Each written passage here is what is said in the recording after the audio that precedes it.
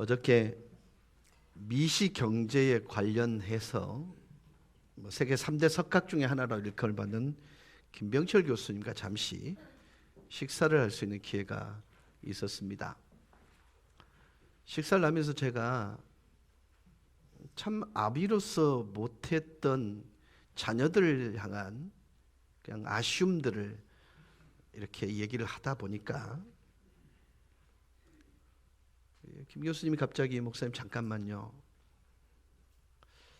한 가지 여쭐게요. 목사님 저에게요. 목사님 하나님에게 실수가 있으신가요? 물으셔요. 아니요. 목사님 하나님에게 실패가 있습니까? 아니요. 목사님 그 질문은 아비로서 충분히 아쉬워할 수 있지만 제 인생을 통해서 제가 고백할 수 있고 간증할 수 있는 것은요, 하나님은 실수하지 않는 분이시고 하나님에게는 실패가 없다는 사실을 제가 자신 있게 말씀을 드릴 수 있어요 라고 말을 하더라고요. 그분은요 40살에 그러니까 38에 조지아 텍의 석좌 교수가 됐고요, 42살에 일리노이 주립대학의 정교수가 된 사람입니다. 여러분 우리식의 석좌 교수는요 나이가 많이 들고 은퇴하신 분들 명예교수직처럼 생각하지만 미국에서의 석좌 교수는요 누군가가 그 자리를 사서 맡긴다 이런 뜻이거든요. 연세대학의 석좌 교수 제도가 생겼습니다. LG 석좌 제도, 석좌 교수. 왜냐하면 LG가 이분의 모든 연구비를 다 지원한다 해서 석좌 교수다 이렇게 표현을 하는데요. 38이에요.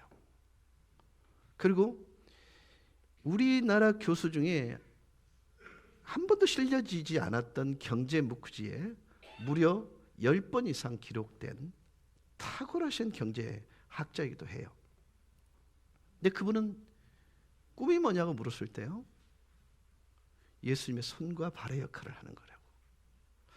저는 그것을 들으면서요, 무엇이 이 사람을 이렇게 만들었을까? 결국 그분이 경험했던 실패 때문이었습니다. 처음에 하나님이 실수하고 있다고 생각을 했던 거예요. 근데 결과를 보고 나니까 실수하지 아니한 하나님의 완벽한 인도하심이 있었다라고 고백을 하더라고요. 여러분 21세기를 우리는 살아가고 있습니다. TV 리모컨을 누르면 딱 반으로 나뉘어져 있어요. 국민들은 무엇이 옳고 그른지를 자기가 경험한 바로 판단을 하는 이 혼탁한 영적 혼돈의 현실을 살고 있어요. 1세기 골로새 교회가 이러했습니다. 옳은 소견도로 살아가던 시기였습니다.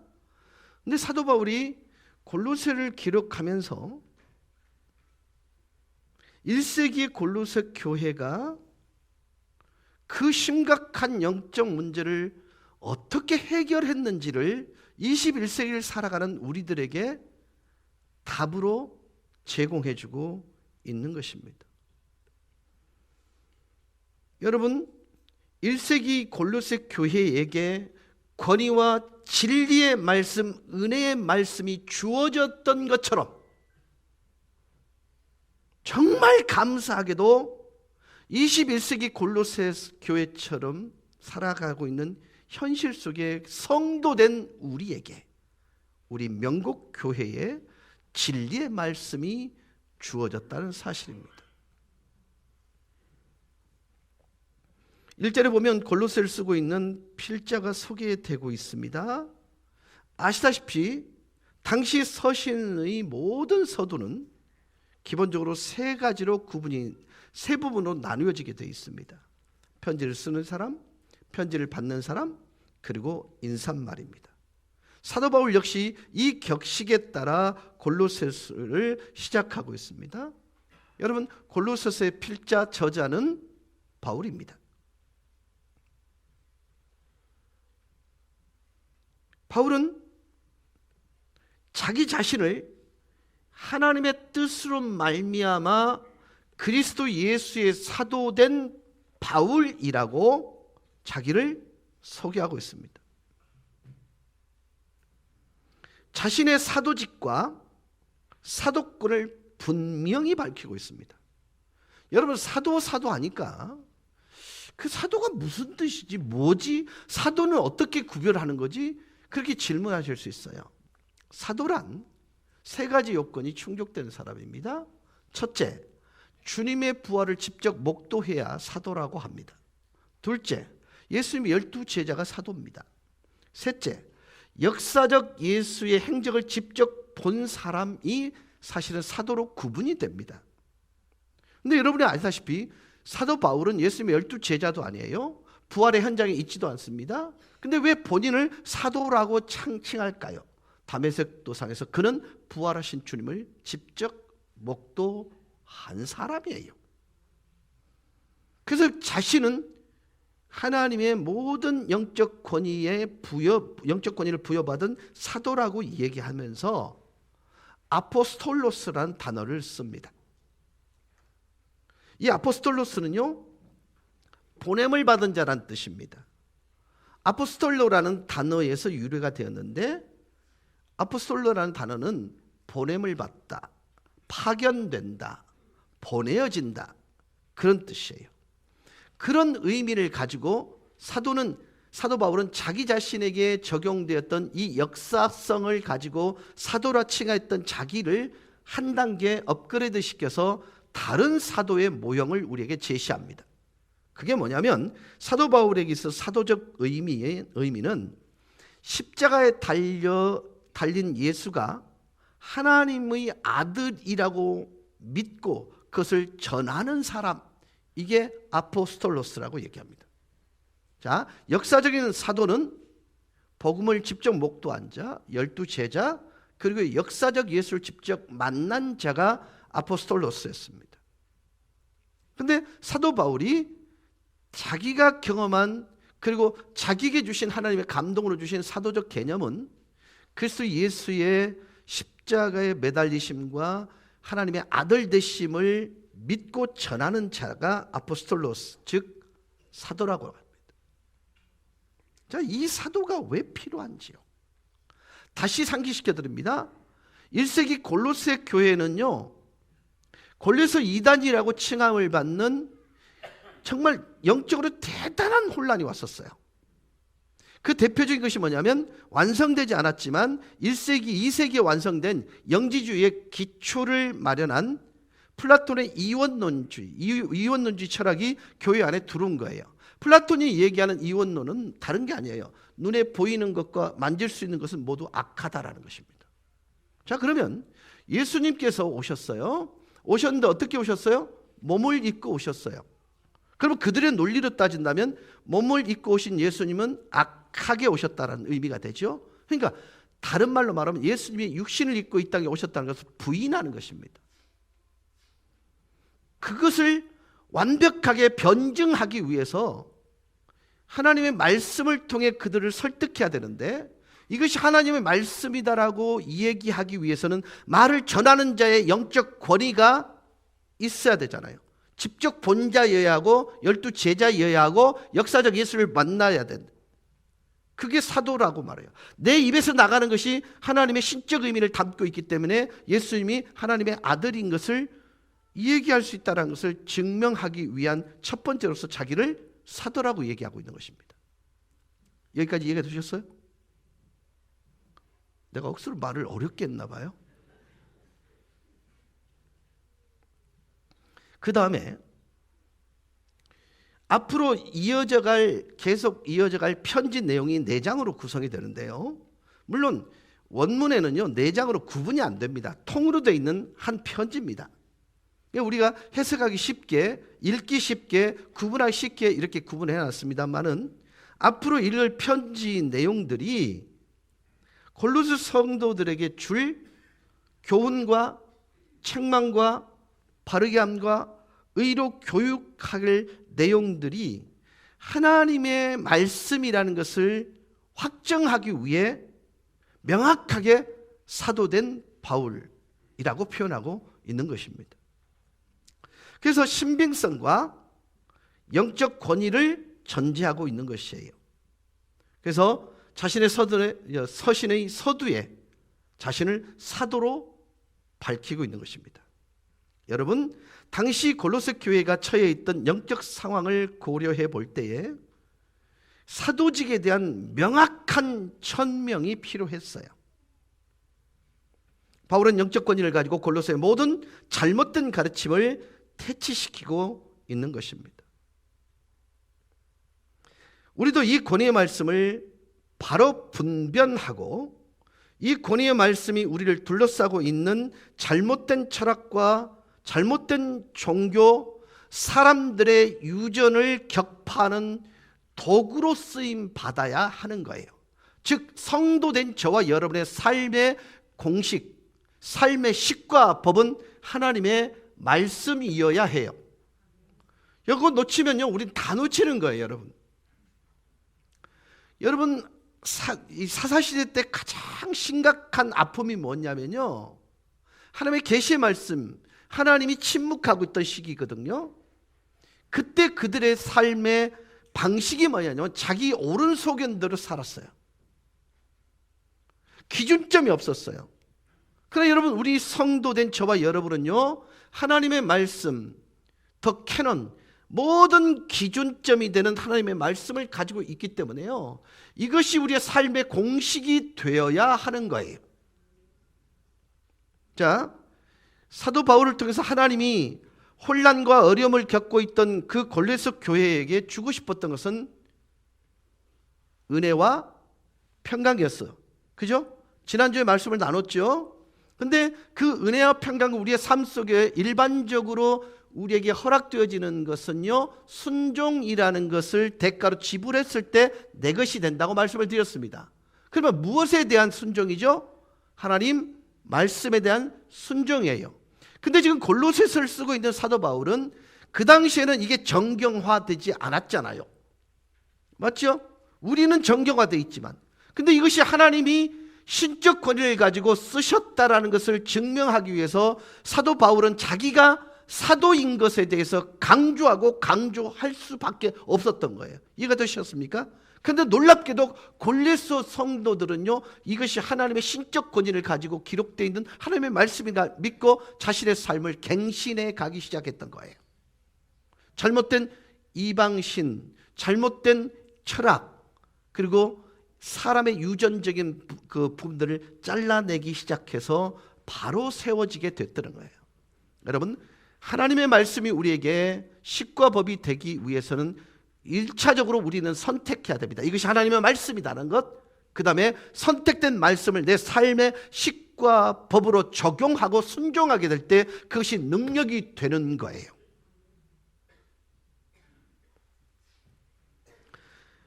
여러분, 아무리 현대사회가 혼돈과 혼란 속에 빠져 있다 할지라도요, 그리스도의 진리라고 하는 처방을 통해서 성도된 저와 여러분이 진리의 길로 인도받을 수 있다는 확신을 가질 수 있다면요, 우리는 이 세상의 상황과 환경, 상황 관계없이 평강을 누리는 삶을 살 수 있어요.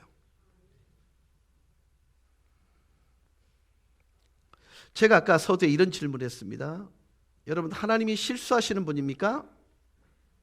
하나님에게 실수가 있습니까? 그러면 하나님에게 실패가 있습니까?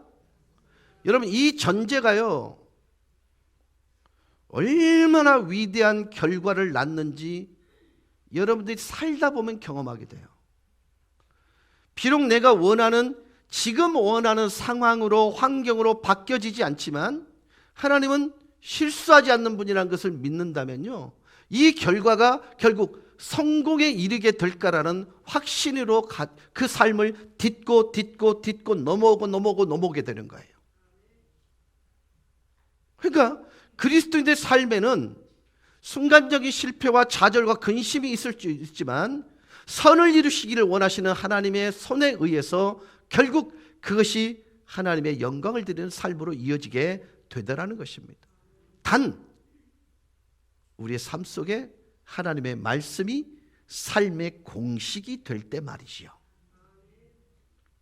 자, 여러분, 내가 무슨 말을 할 때 생각에 다시 생각을 하는 일을 통해 하면 실수가 적어요. 생각을 다시 생각하는 일은요, 그리스도인 된 저와 여러분에게는 굉장히 중요한 삶의 원리예요. 그런데 요즘은요, 생각을 기다려주지를 않아요. 자, 여러분, 내가 어떤 상황에 부딪혔을 때 하나님의 말씀이 내 속에 있을 때는요, 스탑, 잠깐만, 내게 주시는 하나님의 말씀, 하나님의 음성이 뭐지? 웨이트 했다가 기다려주는 게 어떻겠니? 용서하는 게 어떻겠니? 사랑하는 것이 어떻겠니라는 결론이 왔을 때 우리는 반응해야 되는 거예요. 이것을 우리는 신앙생활이라고 하는 것입니다. 여러분, 우리는 일반적 삶을 사는 사람들이 아니에요. 신앙생활하는 사람들입니다. 우리의 신앙의 절대적 기준은요, 하나님의 말씀입니다. 근데 정말로 놀라운 일은요, 성도들이 의외로 무슨 배짱인지는 모르겠는데 성경을 안 읽는다. 여러분, 수학 공식은요, 내가 바르게 알고 있으면 정답을 쓸 수 있는, 맞죠? 인생 역시 여러분, 내가 바른 공식을 갖고 있으면 답이 나오게 되어 있습니다. 우리 인생을 성공으로 이끄는, 그리고 누구에겐가 기여하는 인생으로 살아갈 수 있는 유일한 법칙은요, 하나님의 말씀이 우리 인생의 식과 법이 될 때 가능한 거예요. 저는 여러분들이요, 어떤 세상적 권위나 어떤 세상적 명예보다도요, 하나님의 말씀이 여러분을 설득할 수 있기를 주의 이름으로 축복합니다. 아니, 이렇게 말하는 게 옳을 것 같아요. 하나님의 말씀으로 설득당하기를 원합니다. 진리는 항상 승리했잖아요. 목숨과 맞바꾸면서 승리했잖아요.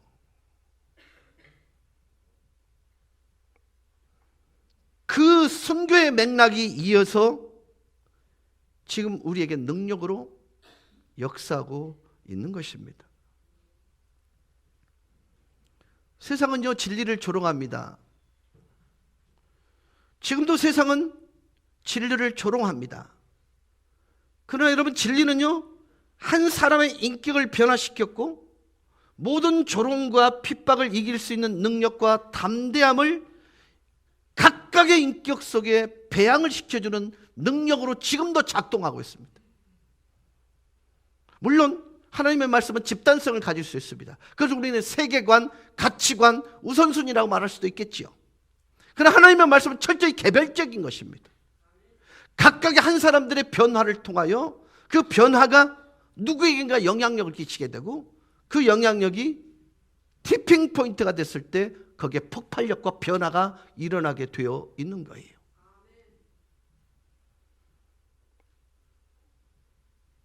여러분, 한번 생각해 보세요. 하나님의 말씀이 사실이라는 것이 뭘 통해서 입증됐습니까? 예수 그리스도의 십자가의 죽으심과 부활을 통해서 입증하셨어요. 증명하셨어요.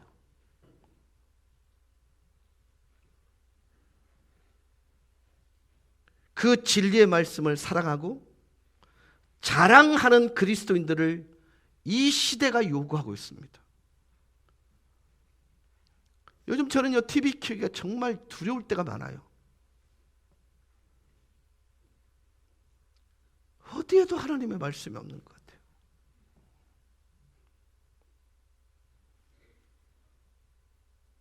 사랑하는 여러분, 어디가 길인지를 모르는 사람들에게요, 여기가 길이에요라고 외칠 수 있는 사람이 있다면 그 시대는 절대 불행하지 않습니다.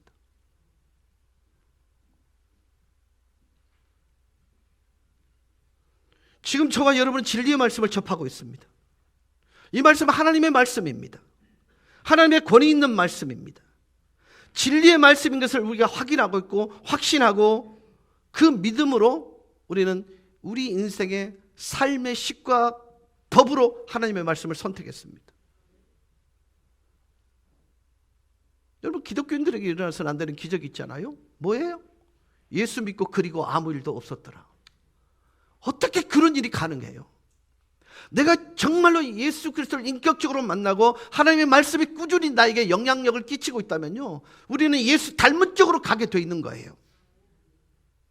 여러분, 예수를 닮아간다는 말은요, 이 땅 가운데 부족하거나 어그러짐이 없는 샬롬의 세계를 이끌어간다, 그렇게 표현할 수 있는 거예요. 여러분, 제 친구들 중에요, 부자들이 많거든요. 그 얼마들이 부자인 것과 내가 아무런 상관이 없어요. 근데 가끔씩 부러울 때가 있긴 있어요. 좀 누군가 좀 나눠주고 싶은데 굽이 꼽해갖고 나눠지질 않아.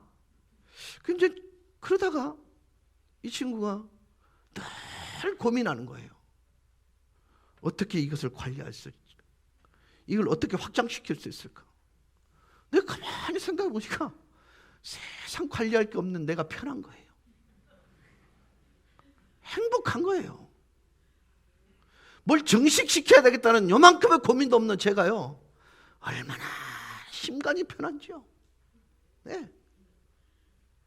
나중에 어찌 될까요? 사랑하는 여러분, 결국 우리의 마음속은요, 내 마음속에 천국이 이루어지고 있느냐의 문제예요. 근데 그 천국은요, 내가 원하는 환경으로 개선되어지는 것을 통해서 천국이 이루어지지 않아요. 하나님의 말씀이 실행되어지고 하나님의 뜻이 이루어질 때, 그때 내 마음속에 천국이 이루어지거든요. 한번 이렇게 여쭐게요.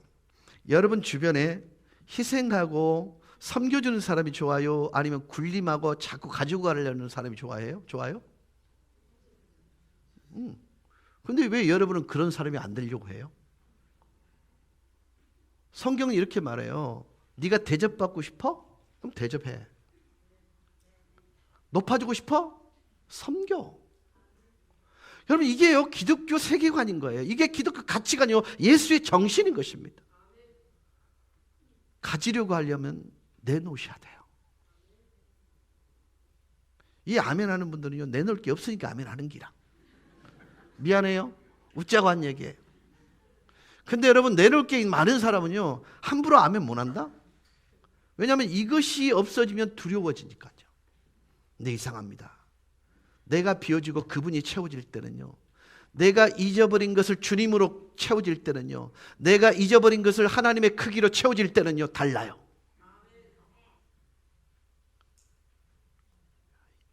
이 맛이 진짜 예수 믿는 맛입니다. 지금 사도 바울이 얘기하는 것을 우리를 뭐라고 부르냐면요, 2절에 보면 이 편지를 받는 우리를 성도라고 부르고 있어요. 거룩할 성 무리도. 근데 영어로 말하면 뭐로 표기된 줄 아십니까? 세인트입니다.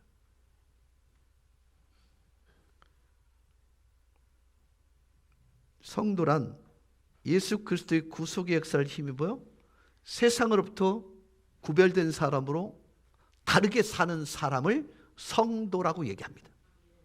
여러분, 성도는요, 세상 사람들과 다르게 사는 걸 통해서 증명하는 존재가 성도예요. 근데 정확한 표현으로 이 세인트는요, 성자입니다. 성자 그러니까 남녀 차별, 그러니까 성녀입니다. 이 성자들의 모임이 또는 복수적인 표현이 성도입니다. 자, 여러분, 내 삶과 상관없이 이 편지를 골로새서를 받고 있는 우리를 향해서 사도 바울이라는 사람의 입을 통해 하나님이 너희는 세인트야, 성자야 라고 얘기합니다. 근데 이게요, 이 성자라는 표현이요, 고유명사일 수도 있지만 문법적으로 보면요, 현재 완료 미래형입니다. 헬라어 히브리어는요, 기가 막힙니다. 무슨 얘기냐면 지금도 네가 성자지만 앞으로도 성자가 돼. 근데 성자인데 성숙 자라고 성장하고 깊어지고 넓어지고 높아지고, 이 의미를 담고 있단 말이에요. 여러분, 음식은요, 아는 만큼 맛있습니다. 맞지요? 성경은요, 사는 만큼 맛이 있어요. 내 신분이 누구라고요? 성도란 말이에요. 근데 문제는 내 죄를 철저하게 회개하고 그리스도 예수의 죽으심과 부활을 믿는 사람을 성경적 정의에 의하면 성자라는 거예요. 자, 그러면 내 죄를 철저히 알아요. 두 번째로 예수 그리스도의 죽으심과 고난 당하심이 대가로 지불된 결과로 내가 성자가 됐다면 교만할 수 있어요, 없어요?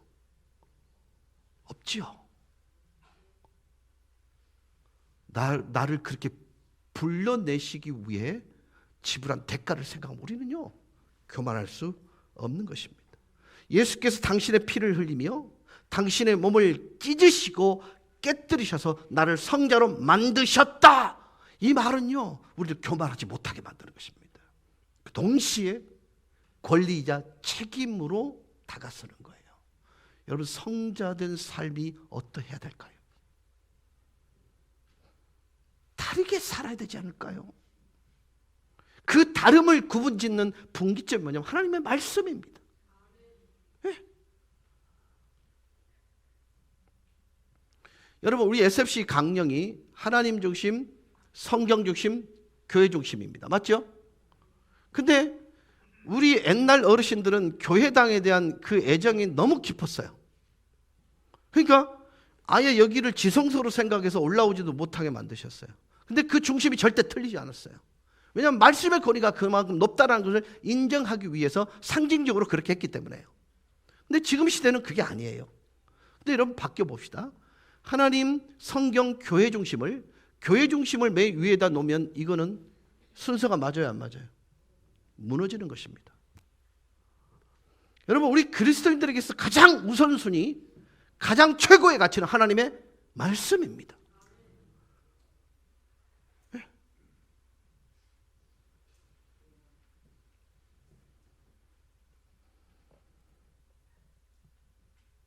그래서 주님의 기대감을 가진 사도 바울이 우리를, 즉 골로새 교회 안에 있는 성자들의 영적인 모습을 그리스도 안에 있는 신실한 형제들 이렇게 부르고 있습니다.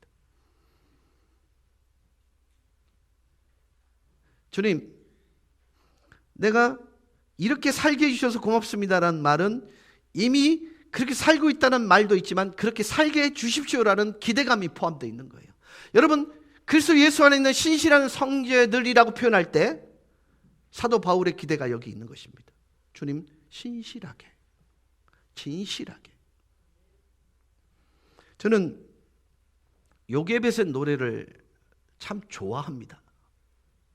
그 노래 가사 중에요, 눈을 감아도 보이는, 근데 그 눈을 감아도 보이는 그 아들을 눈과 눈이 마주치고 있을 때 얼마나 통렬하게 애절할까요? 그 아들을 놓아야 돼요. 어디다 담아서? 갈대 상자에 담아서. 근데 여러분, 여기엔 놀라운 비밀이 있습니다. 이 갈대 상자가 방주라는 의미를 담고 있습니다. 적어도 요게벳은요, 갈대밭에 띄우지만 하나님 품에 안겨서 띄워보내는 거예요. 이게 믿음이에요. 여러분, 이게요, 신실한, 내가 하나님 안에 있다는 증거예요. 여러분, 우리가 그분 안에서 누릴 수 있는 평안이 뭐 어떤 건지 여러분 아세요? 부족한 것이 아니에요. 결핍이 없습니다. 어그러짐이 없는 것입니다.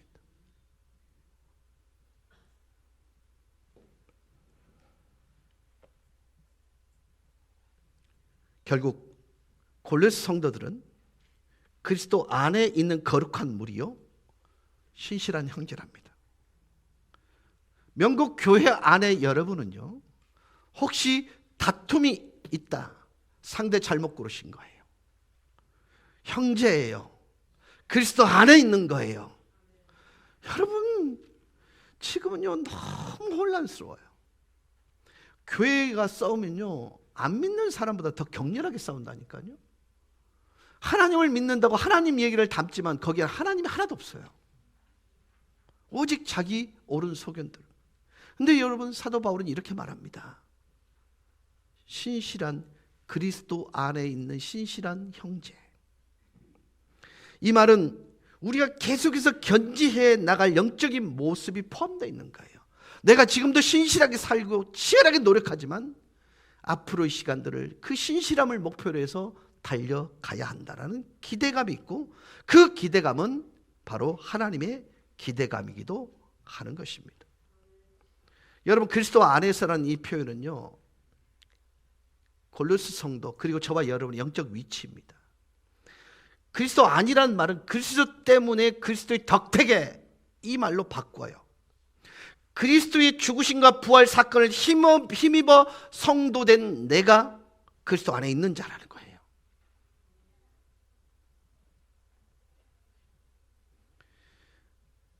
이제 말씀을 대강 정리할게요. 1절, 2절을 우리는 지난주와 함께 계속해서 살펴보고 있었습니다. 사도 바울을 통해서 그 혼란을 경험하고 있는 골로새 성도들에게 하나님이 주고 싶었던 선물은 딱 두 가지입니다. 은혜와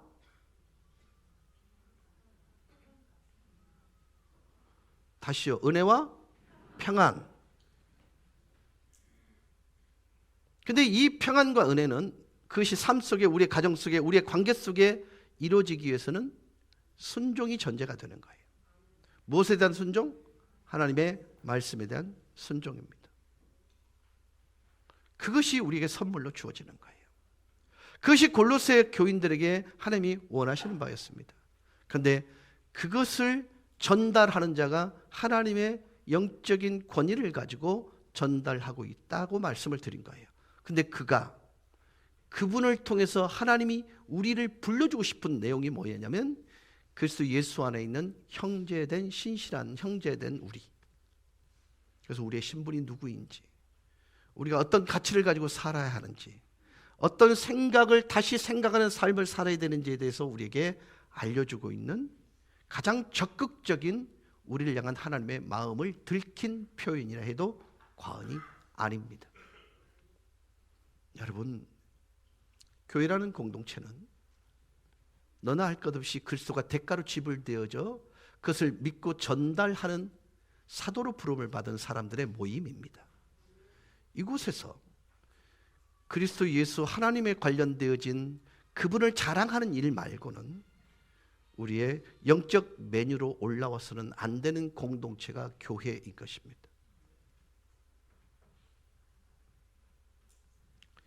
우리는 하루라는 시간을 공평하게 살 것입니다. 어떻게 살 것인가, 무엇을 누리며 살 것인가는 우리의 선택입니다. 그러나 하나님의 결론은 은혜와 평강입니다. 이 아름다운 축복을 매 순간순간 손으로 만지고 누구에겐가 그것을 나눌 수 있는 은혜가 있기를 주 예수 그리스도 이름으로 간절히 축원합니다. 찬양하십시다.